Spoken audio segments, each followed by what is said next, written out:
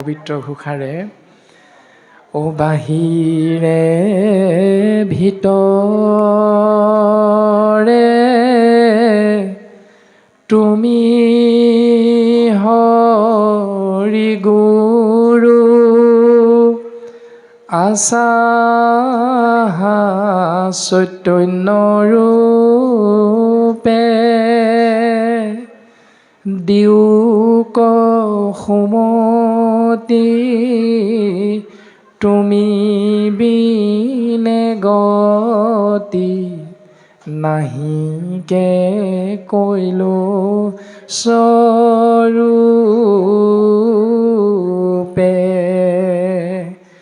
ৰাম নাহিকে কৈলো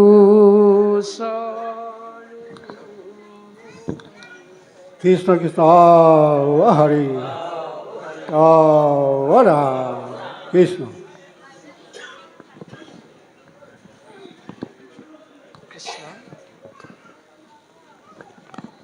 কৃষ্ণ আমি আধা ঘণ্টামান সময়ৰ বাবে দায়িত্ব পালন কৰিবলৈ আগবঢ়া হৈছে। নিৰ্দিষ্ট বক্তা বুলি ক'লে আচলতে এটা দীঘলীয়া সময়ৰ প্ৰয়োজন হয়। তথাপিতো আমি আমাৰ অতীৱ শ্ৰদ্ধাৰ মুকুল বাপজনাক কোৱা হৈছিল যে আধা ঘণ্টামান সময় আমি দায়িত্ব পালনৰ বাবে থিয় হোৱা হ'ব। আৰু এইখিনি সময়ত যি কায় বাক্য মন অহমমভাৱে আমাৰ অপৰাধ ৰৈ যাব, নিজৰে সন্তান ভাবি সমাজৰ এক নিষ্কিন গুৰু ধৰ্মৰ সেৱক ভাবি আপোনাসৱ মহামহন্তই আমাক চৰণ কমলত এক কণিকা ঠাই দি কৃপা বৰ্ষণ কৰিব। যিহেতু আজি অনুষ্ঠানভাগী ধৰ্মালোচনী সভা, আৰু ধৰ্মালোচনী সভা বুলি কোৱাৰ লগে লগে নিৰ্দিষ্ট বক্তাৰ এক বিশেষ ভূমিকা থাকে, কিন্তু আমি সেই ভূমিকা পালনৰ পৰা হয়তো অকণমান আঁতৰত থাকিব লাগিব। প্ৰথম আমি যিগৰাকী আয়ে ইতিমধ্যে গুৰুজনাৰ অপূৰ্ব সৃষ্টি ভগৱন্ত বস্তুৰ উপাসনা এক অন্তৰাত্মাৰ নিজস্ব সত্তা নাম হ'ল বৰগীত, আৰু যিগৰাকী আয়ে সুন্দৰভাৱে এই বৰগীত আশ্ৰয় কৰি সমস্ত জনাৰে অন্তৰাত্মাক পৰম আত্মা প্ৰভু ভগৱন্তৰ চৰণত আগবঢ়াই দিয়াৰ ভাৱনাৰ সৃষ্টি কৰিলে, সেইগৰাকী আইৰ চৰণ কমলত আমি মান্য অনুসাৰে ভক্তিৰ সেৱাভাগি নিবেদন কৰা হৈছে। আৰু তেৰাৰ লগতে সংগত কৰা দুইজন বাপলৈ আমি মান্য অনুসাৰে ভক্তিৰ সেৱাভাগি নিবেদন কৰা হৈছে। ধৰ্মালোচনী সভা বুলি কোৱাৰ লগে লগে ধৰ্মৰ বিষয়বস্তুৱে মূল কেন্দ্ৰ হৈ পৰে। আপোনাসৱ সমস্ত জনাৰে জ্ঞাত যে ধৰ্ম বুলি কোৱাৰ লগে লগে সংস্কৃত মূলৰ ধৃ ধাতুৰ পৰা ধৰ্মৰ উৎপত্তি হৈছে, আৰু ধৰ্ম বুলি ক'লে স্বাভাৱিকতে অৰ্থ হয় ধাৰণ কৰা। এতিয়া ধাৰণ কৰা বুলি ক'লে আমাৰ হয়তো বুজাত অকণমান খেলি মেলি লাগি যাব। সেইকাৰণে আমি তাক অকণমান চিন্তা কৰিলে উত্তৰ পাম এনেধৰণে যে দুই বা ততোধিক ব্যক্তি, পৰিয়াল, বংশ, সমাজ, জিলা, ৰাজ্য, দেশ আদিৰ মাজত মৰম স্নেহ মিলা প্ৰীতি ভাতৃত্ববোধৰ এনাজৰীৰে বান্ধ খাই থাকিব পৰা যি এক সুন্দৰ ব্যৱস্থা নীতি নিয়ম, তাৰ সমষ্টিটোক কোৱা হৈছে ধৰ্ম। আৰু সেই ধৰ্মক আমি যিমানে আশ্ৰয় কৰিবলৈ চেষ্টা কৰিম ব্যক্তিগতভাৱে, সিমানে আমি প্ৰত্যেকজনাই লাভান্বিত হ'ম।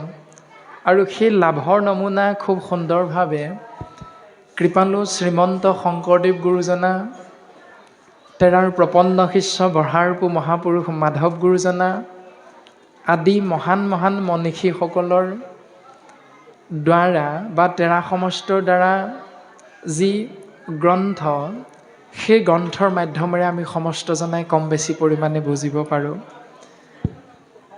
আৰু কৃপালু গুৰুজনাৰ এই ধৰ্মকেন্দ্ৰিক আদৰ্শৰ যিহেতু মূল সত্তা হ'ল সৃষ্টি স্থিতি প্ৰলয়ৰ গৰাকী সৰ্বশক্তিমান ঈশ তত্ত্ব স্বয়ং কৃষ্ণস্তু ভগৱান।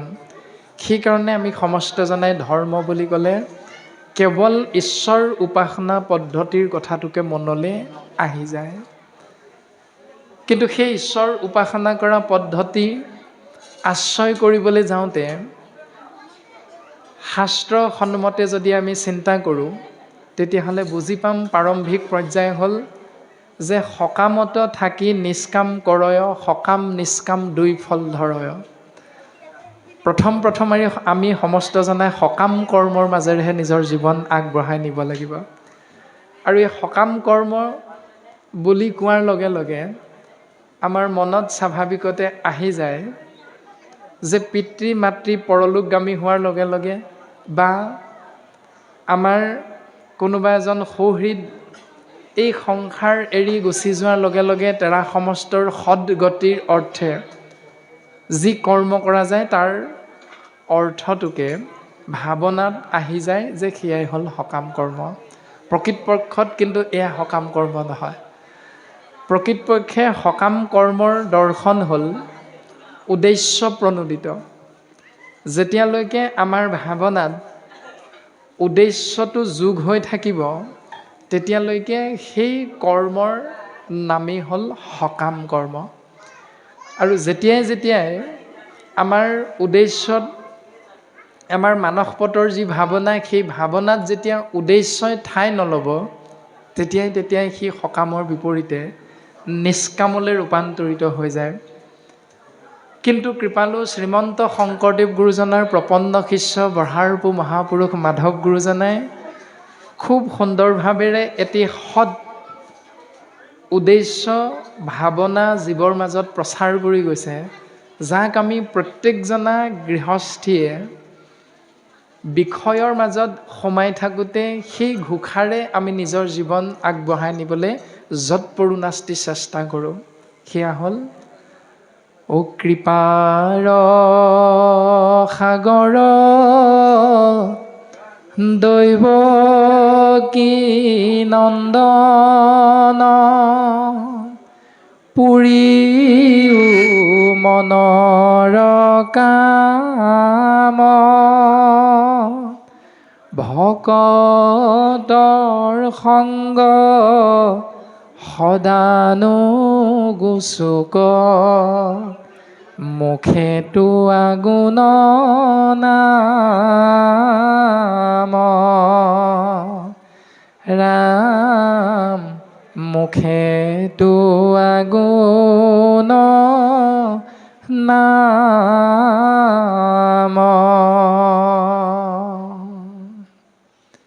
কৃপাৰ সাগৰ হ'ল দৈৱকী নন্দন, কৃপাময়, দয়াৰ সাগৰ দয়াময়, কৰুণাৰ সাগৰ কৰোণাময়। সেইজনা দৈৱকী নন্দন কৃষ্ণদেৱৰ চৰণ কমলত কৃপালু গুৰুজন বস্তুৱে আমি সমস্তজনাকে সেৱা নিবেদন কৰিবৰ বাবে উপদেশ প্ৰদান কৰিছে কায় বাক্য মনৰ জৰিয়তে। সেইকাৰণে আমি সমস্তজনাই সেই নিয়মটো পালন কৰোঁ যে কৃপাৰ সাগৰ দৈৱকী নন্দন। ভাৱনা হ'ল আমাৰ পুৰিও মনৰ কাম। মনেৰে এটি ভাবিছোঁ প্ৰভু তোমাৰ চৰণত অৰ্পণ কৰিবৰ বাবে, সেয়া হ'ল ভকতৰ সংগ সদা নুগুচোক মুখে তোৱা গুণ নাম। যে ভকতৰ সংগৰ পৰা যাতে আমি কোনোদিন আঁতৰত থাকিব লগা নহয় প্ৰভু। দ্বিতীয় ভাৱনাটো হ'ল প্ৰভু ২৪টা তত্ত্বৰে গঠিত পঞ্চভূতি আমাৰ এই নৰদেহাত ২৫ নম্বৰ তত্ত্ব হ'ল আত্মা তত্ত্ব। যি আত্মাৰূপত প্ৰৱেশ কৰিছে পৰম আত্মাই, যে যিহেতু চৈতন্যপূৰ্ণ পৰম আত্মা ৰূপে হৰি হৃদয়ত আচন্ত প্ৰকাশী, তাতে সেই ইন্দ্ৰিয় গণ ভূত প্ৰাণ বুদ্ধি মন প্ৰৱৰ্তে যতে ক জৰ ৰাখি। সেই পৰমাত্মাই আত্মাৰূপত আমাৰ শৰীৰ তত্ত্বত প্ৰৱেশ কৰি ২৪টা তত্ত্বক চৈতন্য শক্তিলৈ ৰূপান্তৰিত কৰে। সেইকাৰণে প্ৰভু আমাৰ শৰীৰটোত থকা 10 ভাগী ইন্দ্ৰিয়ৰ মুখ নামৰ ইন্দ্ৰিয় ভাগীৰ জৰিয়তে যেন তোমাৰ নাম ব্ৰহ্মহে কেৱল আশ্ৰয় কৰাৰ সৌভাগ্যৱন্ত হওঁ প্ৰভু, এইকণ কৃপা তুমি আমাক কৰা। ওপৰে ওপৰে চালে এইটো উদ্দেশ্য প্ৰণোদিত হয়, কামনাযুক্ত। কিন্তু আধ্যাত্মিক দৰ্শনত এয়া কেতিয়াও কামনাযুক্ত নহয়, কাৰণ ইয়াত যোগ হৈ আছে কেৱল ঈশ্বৰকেন্দ্ৰিক ভাৱনা। সেইকাৰণে ই ওপৰে ওপৰে চালে সকাম কৰ্ম যেন লাগিলেও প্ৰকৃতপক্ষত ই হ'ল কিন্তু নিষ্কাম কৰ্ম, আৰু ইয়াৰ নাম হ'ল নিৰ্গুণ ভক্তি। গুৰুজনাই আমাক সগুণ ভক্তিৰ বিপৰীতে নিৰ্গুণ ভক্তিক আশ্ৰয় কৰিলেহে আমি জীৱতত্ত্বই পৰম আত্মা ঈশ্বৰতত্ত্বৰ কৃপাৰ পাত্ৰ হ'ব পাৰিম। এই সুন্দৰ দৰ্শন শাস্ত্ৰৰ মাধ্যমেৰে আমাক পদচন্দে, ছবিচন্দে, দুলৰি, লেচাৰী আদিৰ মাধ্যমেৰে প্ৰকাশ কৰিছে। কিন্তু তাক আমি জানি যেতিয়া কৰ্মক ধৰ্মলৈ ৰূপান্তৰিত কৰাৰ চেষ্টা অব্যাহত ৰাখিম, তেতিয়াই গুৰুজনে আমাক সিদ্ধান্ত দিছে যে সেই জীৱতত্ত্ব তোমৰাভাৱে এটি ব্যৱস্থাক আশ্ৰয় কৰাটো অতীৱ প্ৰয়োজন। সেয়া হ'ল শৰণ এষে নিজ, যে শৰণ হ'ল নিজৰ বস্তু। আৰু এই নিজৰ বস্তু শৰণ ক'ৰ পৰা উৎপত্তি হ'ব? যে ভক্তিৰ বীজ এজোপা গছক যদি আমি ভক্তি বুলি চিন্তা কৰোঁ, সেই গছজোপাৰ জন্ম হ'বৰ বাবে এটি বীজ হ'ব, নাম হ'ল শৰণ। শৰণ প্ৰক্ৰিয়াৰ দ্বাৰা আমি যেতিয়া ভক্তি ৰাজ্যত প্ৰৱেশ কৰিবলৈ প্ৰত্যেক জীৱতত্ত্বই মনুষ্যই আমি চেষ্টা কৰিম, তেতিয়াহ'লে নিশ্চিত ৰূপত ভগৱন্ত পুৰুষৰ পূৰ্ণ কৃপাৰ পাত্ৰ হ'ব পাৰিম। আৰু যেতিয়ালৈকে শৰণ প্ৰক্ৰিয়াৰ মাধ্যমেৰে আমি ভক্তিৰ পঢ়াশালীখনত নাম ভাগি নলগাম, তেতিয়াই আমি ঈশ্বৰ পুৰুষৰ চিন্তা কৰিলেও শাস্ত্ৰই কৈছে সেই কৰ্ম কেতিয়াও ধৰ্ম হ'ব নোৱাৰে। যদিও গীতা শাস্ত্ৰত ভগৱন্ত পুৰুষে অৰ্জুনৰ আগত প্ৰকাশ কৰিছে যে সেই অৰ্জুন স্বাভাৱিক অৰ্থত কৰ্মই হ'ল ধৰ্ম, কিন্তু কৰ্মই ধৰ্ম বুলি আমি যদি ইজনে সিজনৰ আগত কৈ থাকোঁ যে মই কৰ্মই কৰি আছোঁ, এয়া কিয় ধৰ্ম নহ'ব? গীতা শাস্ত্ৰটোতো অৰ্জুনৰ আগত ভগৱন্ত পুৰুষে কৈছে। কিন্তু তৎসত্ত্বেও আমি তাৰো এখোপ ওপৰলৈ গৈ যদি চিন্তা কৰোঁ, তেতিয়াহ'লে ধৰ্ম বস্তু ইমান সহজ নহয় যে কৰি থকা কৰ্মৰ দ্বাৰাই কেৱল ধৰ্ম হ'ব। আমি বিশ্বাস, দৃঢ় বিশ্বাস আৰু সুদৃঢ় বিশ্বাস, এই তিনি শব্দ ব্ৰহ্মৰ লগত পৰিচয় যেতিয়ালৈকে সুন্দৰভাৱে নহ'ম, প্ৰত্যেকৰে হয়তো বিশ্বাস আছে কিবা এটা কথাত, কিবা এটা কৰ্মত, আৰু তাক অকণমান ওপৰলৈ লৈ আমি দৃঢ় বিশ্বাসৰ মাজলৈ হয়তো গৈছোঁ। কিন্তু আমাৰ সমাজ ব্যৱস্থাত দুটি পৰিয়ালৰ মাজত, দুজন ব্যক্তিৰ মাজত, এখন প্ৰাথমিকৰ মাজত, এভাগ আঞ্চলিকৰ মাজত, এভাগ জিলাৰ মাজত হাজাৰ হাজাৰজন ভকতৰ উপস্থিতি হ'লেও কিন্তু ধৰ্ম বোলা বস্তুটো নীতি নিয়মৰ মাজত যথেষ্টখিনি খেলি মেলি আছে, যথেষ্ট পাৰ্থক্য আছে। কাৰণ হয়তো এয়াই যে বিশ্বাসৰ মাজত আছোঁ, দৃঢ় বিশ্বাসৰ মাজত আছোঁ, কিন্তু তাতোতকৈ শ্ৰেষ্ঠ দৰ্শন হ'ল সুদৃঢ় বিশ্বাস। এই সুদৃঢ় বিশ্বাস হয়তো আমাৰ অন্তৰাত্মাত, হৃদয়ৰ মাজত অকণমান অভাৱ হোৱাৰ বাবে আমাৰ সমাজ ব্যৱস্থাত মুহূৰ্তে খেলি মেলি সৃষ্টি হয়। আমি আহি সোধা হৈছিল এজন বাপক যে বাপ, মুকুল বাবেতো ইতিমধ্যে আপোনাসৱৰ অগ্ৰত আঁত ধৰোঁতে প্ৰকাশ কৰিছিলে যে 392 যি নিধিবন প্ৰাথমিক, এই প্ৰাথমিক আমি মূঢ়মতীৰ প্ৰেৰণাতহে হেনো গঠিত হৈছে, আৰু গঠিত হওঁতে হেনো ইয়াত গৃহস্থীৰ সংখ্যা আছিল 37 ঘৰ যেতিয়া আমি ইয়ালৈ আহিছিলোঁ।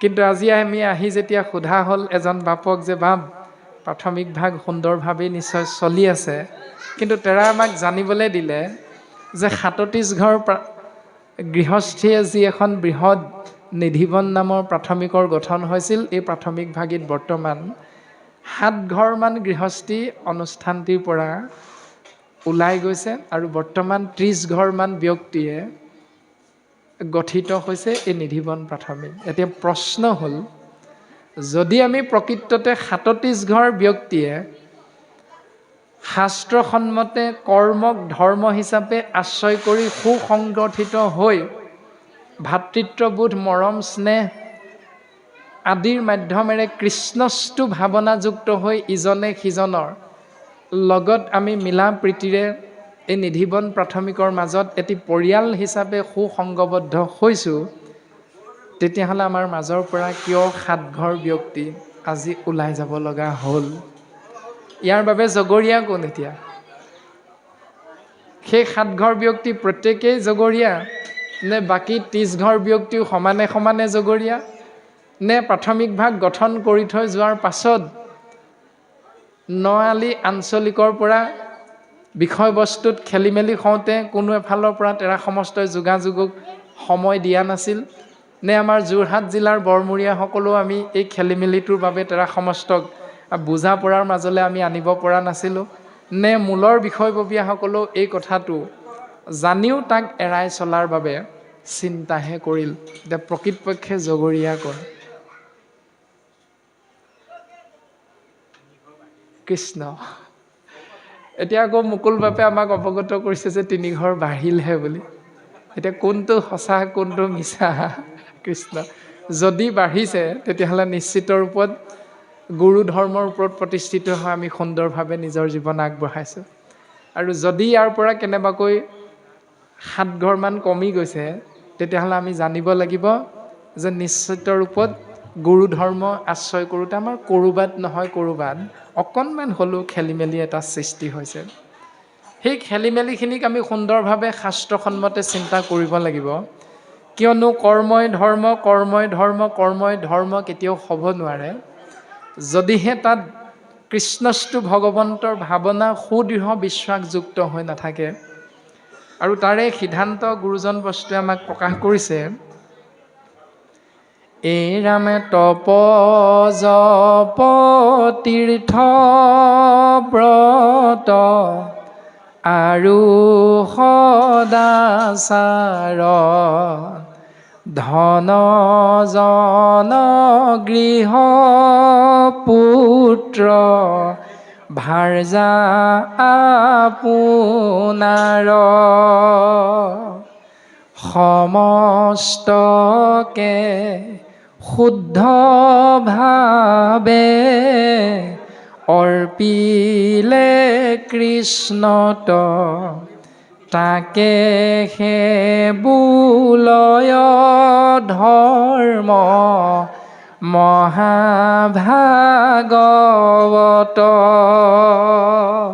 তাৰ নামেই হ'ল মহাভাগৱত ধৰ্ম। এতিয়া আমি মহাভাগৱত ধৰ্মৰ মাজলৈনো কিয় যাব লাগে? বোলে বা মহাভাগৱত ধৰ্ম আশ্ৰয় নকৰিলে আমি কি সুন্দৰভাৱে জীৱন যাপন কটাব নোৱাৰিম নেকি? নিশ্চিত ৰূপত আমি নোৱাৰোঁ। কিয় নোৱাৰোঁ? কাৰণ সেই শাস্ত্ৰই আমাক সুন্দৰভাৱে গুৰুজন বস্তুৱে কৃপা কৰিছে যে আন ধৰ্মে তন্ত্ৰে মন্ত্ৰে বহু ছিদ্ৰ হয়, ভাগৱত ধৰ্মে জানা শিখব নহয়। আন ধৰ্ম তন্ত্ৰ মন্ত্ৰ যদি আশ্ৰয় কৰা যায়, তেতিয়াহ'লে জীৱতত্বই খোজে প্ৰতি উজুতি খাব লগা হয়, অৰ্থাৎ অপৰাধ জড়িত হৈ যায়, অপৰাধ যোগ হৈ যায়। আমিতো কৰ্ম কৰোঁ দুখৰ বিপৰীতে সুখ পাবৰ বাবে, আমিতো ধৰ্ম কৰোঁ অপৰাধৰ পৰা মুক্ত হৈ থাকিবৰ বাবে। সেইকাৰণে শাস্ত্ৰই কৈছে যে আন ধৰ্মে তন্ত্ৰে মন্ত্ৰে বহু ছিদ্ৰ হয়। যদি আন ধৰ্ম কৰ্মবিলাকত কেৱল জীৱতত্বই দুখৰ পৰা সুখ বিচাৰোঁতে, অপৰাধৰ পৰা মুক্ত হৈ থাকিব বিচাৰোঁতে কেৱল দুখৰ উপৰি দুখ আৰু অপৰাধৰ উপৰি অপৰাধহে যোগ হৈ যায়, তেতিয়াহ'লে ভাগৱত শাস্ত্ৰৰ দৰ্শন মতে যে ভাগৱত ধৰ্মে জানা শিখব নহয়, এইটোৱে হ'ব আমাৰ সুদৃঢ় বিশ্বাসৰ মূল ভেটি। কৃপালু গুৰুজনে আমাক এনেদৰে সিদ্ধান্ত প্ৰদান কৰিছে ভাগৱতৰ পদবন্ধে ছবিচন্দে দুলৰি লেচাৰী আদিৰ মাধ্যমেৰে, কীৰ্তন দশম ঘোষা ৰত্নাৱলী আদিৰ মাধ্যমেৰে শংকৰ মাধৱ দুজনা গুৰুৱে সুন্দৰভাৱে আমাক এনেধৰণে উপদেশ প্ৰদান কৰি গৈছে। গতিকে আমি সমস্ত জনাই সেই কৰ্ম কেনেকৈ ধৰ্মলৈ ৰূপান্তৰিত কৰিব পাৰিম আৰু সেই ধৰ্মত কেনেকৈ আমি সুদৃঢ় বিশ্বাস আস্থা ৰাখি আমি জীৱন আগবঢ়াই নিবলৈ চেষ্টা কৰিম, সেই আমাৰ প্ৰত্যেকৰে একান্ত নিজা বস্তু। আৰু সেই একান্ত নিজা বস্তুক যেতিয়া আমি প্ৰত্যেকজনে ভাতৃত্ববোধ মৰম স্নেহৰ মাধ্যমেৰে আমি সুসংগবদ্ধ হৈ আগবাঢ়িব পাৰিম, তেতিয়া আমি সুন্দৰভাৱে ঈশ্বৰ পুৰুষৰ পূৰ্ণ কৃপাৰ পাত্ৰ হৈ আমি প্ৰত্যেকেই এই সংসাৰৰ পৰা পৰম গতি লাভ কৰিব পাৰিম। আপোনাসৱ সমস্তজনেৰে জ্ঞাত যে মহাভাৰতৰ যুদ্ধ, আৰু সেই মহাভাৰতৰ যুদ্ধত কৌৰৱ পক্ষৰ যি যুৱৰাজ দুৰ্যোধনেও প্ৰকাশ কৰিছিল যে ধৰ্মক জানোহো মই তথাপি প্ৰবৃত্তি নাই, অধৰ্মটো নিবৃত্তি নহয়। হৃদি স্থিত শুয়া স্বামী যেন কৰাই বাহা তুমি, হৃষিকেশ কৰিব তেনেয়। যে ধৰ্মক জানো প্ৰভু মই, কিন্তু ধৰ্মক জানিলে কি হ'ব, তাততো প্ৰবৃত্তি নহয়। অধৰ্ম কোনটো প্ৰভু মই সেইটোও জানো, কিন্তু অধৰ্ম কৰিলেতো জীৱৰ নিবৃত্তি নহয়। গতিকে সেই প্ৰভু তুমি হৃদয়ৰ মাজত থাকি যেনেধৰণে ইন্দ্ৰিয়বিলাকক পৰিচালিত কৰি যিটো সত্য তাক তুমি আশ্ৰয় কৰিবৰ বাবে আমাক উপদেশ প্ৰদান কৰি থাকিবা, জ্ঞান প্ৰদান কৰি থাকিবা প্ৰভু, আমি সেই ধৰণে জীৱন আগবঢ়াই নিবলৈ চেষ্টা কৰা হ'ব। যদি এনেধৰণে আমি সত্যে সত্যে সত্যে সত্যে ঈশ্বৰ পুৰুষৰ চৰণ পংকজত শপত গ্ৰহণ কৰি গুৰু ধৰ্মক আশ্ৰয় কৰিম বুলি আমি প্ৰতিশ্ৰুতিবদ্ধ হৈছিলোঁ প্ৰত্যেকজনাই, তেতিয়াহ'লে আমি সেই নীতি আদৰ্শৰ পৰা ফালৰি কাটি যেতিয়াই আমি আঁতৰি আহিম, জীৱন আগবঢ়াই নিম, সেয়াই হ'ব আমাৰ একমাত্ৰ চূড়ান্ত অধৰ্ম। ৰাতিপুৱা যেতিয়া আমি চকুকেইটা মেলিম বিচনাত, সেই চকুকেইটা বিচনাত মেলাৰ লগে লগে আমি শৌচাচাৰ নীতি নিয়ম পালন নকৰাকৈ দিনৰ 10মান বজালৈকে ধৰি লওক, 10মান বজাৰ ভিতৰত আমি শৌচাচাৰ নীতি নিয়ম পালন নকৰি আমি যিখিনি কৰ্ম কৰিম, সেয়া কেতিয়াও ধৰ্ম নহয়।